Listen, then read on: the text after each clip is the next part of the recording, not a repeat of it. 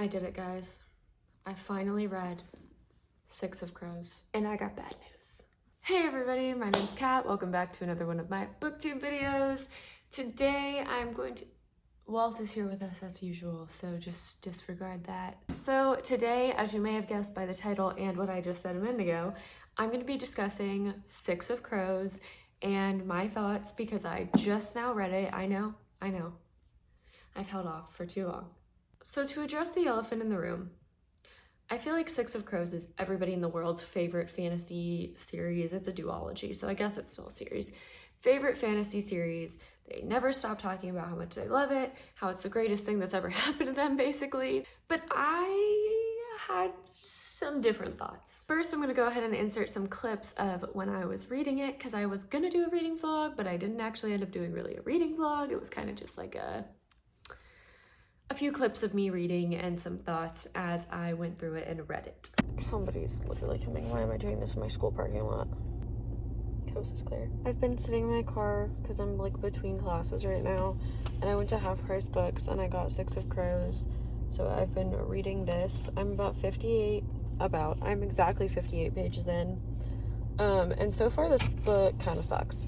But everybody really loves it, so I'm gonna finish it. Like, I'm definitely not gonna DNF this. I'm determined. But I just wanted everybody to know that 60 pages in, I'm confused and I'm bored. If I don't fall asleep in my car reading this, I'll let you know.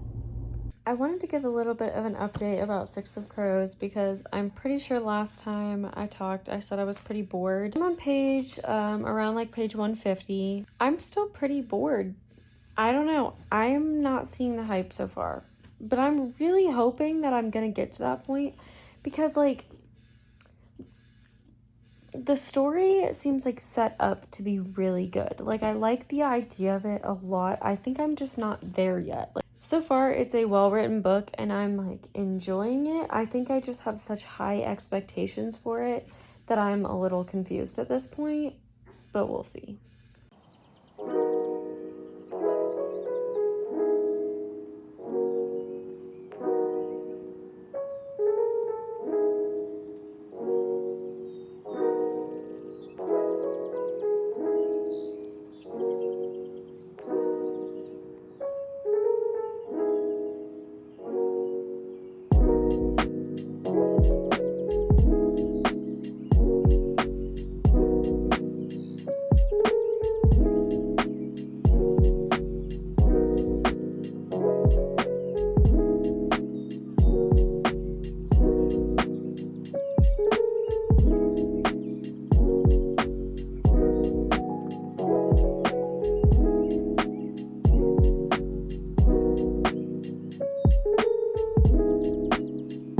Try and keep this review as spoiler free as possible, but I will indicate, like, in the corner here if I'm about to say something that could be a spoiler, so you can skip past it if you want. To give a quick little summary of the book, basically Six of Crows follows 6 individuals who are taking part in a heist that is like basically impossible to complete, and if they complete the heist they will get a ridiculous amount of money.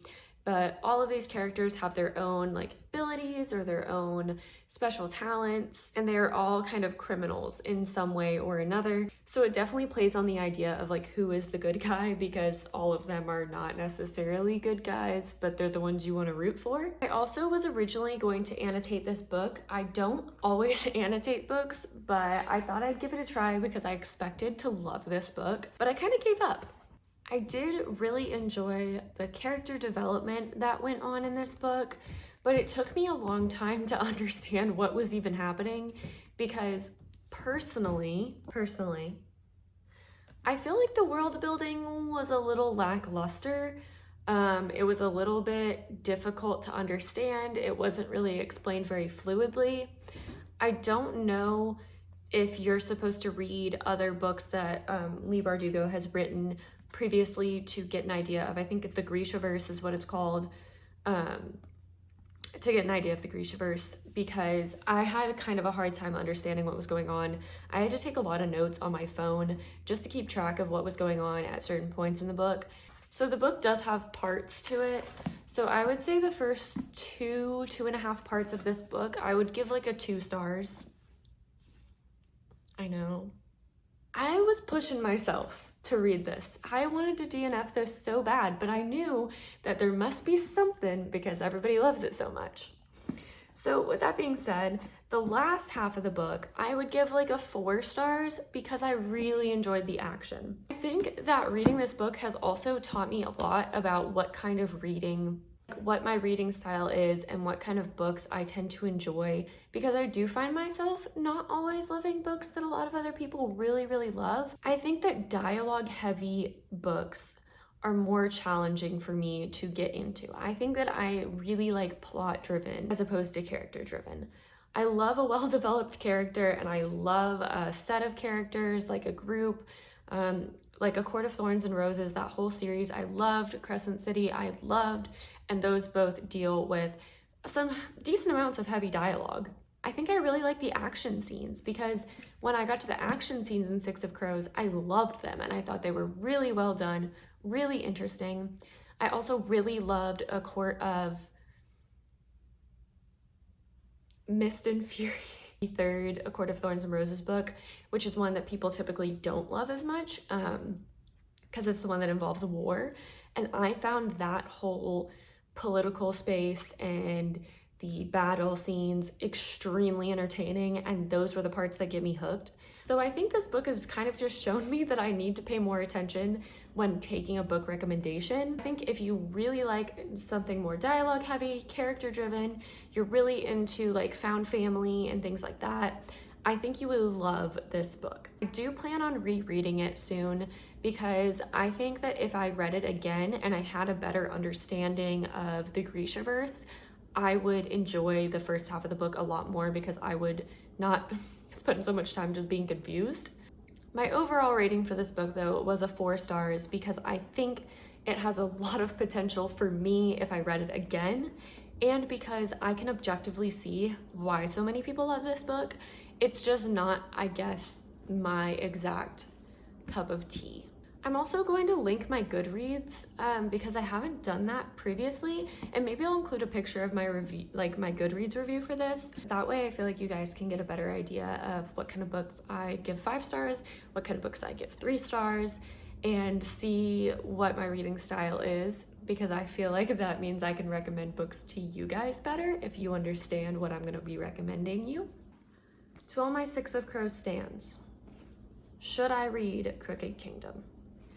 I think the end of Six of Crows was very captivating and made you definitely want to keep reading, but am I going to be bored? Is it going to be a similar situation to Six of Crows, or am I going to really like it? Also, my favorite characters were definitely Inej. Is that how you would say it? I don't know. Forgive me if I'm butchering that. Inej and Nina. I loved the like very just the sprinkle of romance that was in this book. I thought it was great. My favorite trope is either enemies to lovers or I hate everyone but you. Or like Kaz is very grumpy, boss man, not emotional, just like nope. But especially towards the end of the book, we get some sprinkles of his feelings and how he is actually a deeper person than that, knows that it is one of his flaws, and it is just chef's kiss. I love that so much. Anyways, guys, I guess it is time for me to go. I hope you guys enjoyed my quick little review of Six of Crows. I hope it was helpful to some of you who haven't read it yet, and I hope it was entertaining and brought a new perspective for those of you who have read it. If you'd like me to read and review Crooked Kingdom, please talk about it down below. Also, please like this video and subscribe for more booktube content. I'm gonna try and upload twice weekly instead of once weekly now. And let me know just in general what you guys would like to see from me. Have a good day, guys.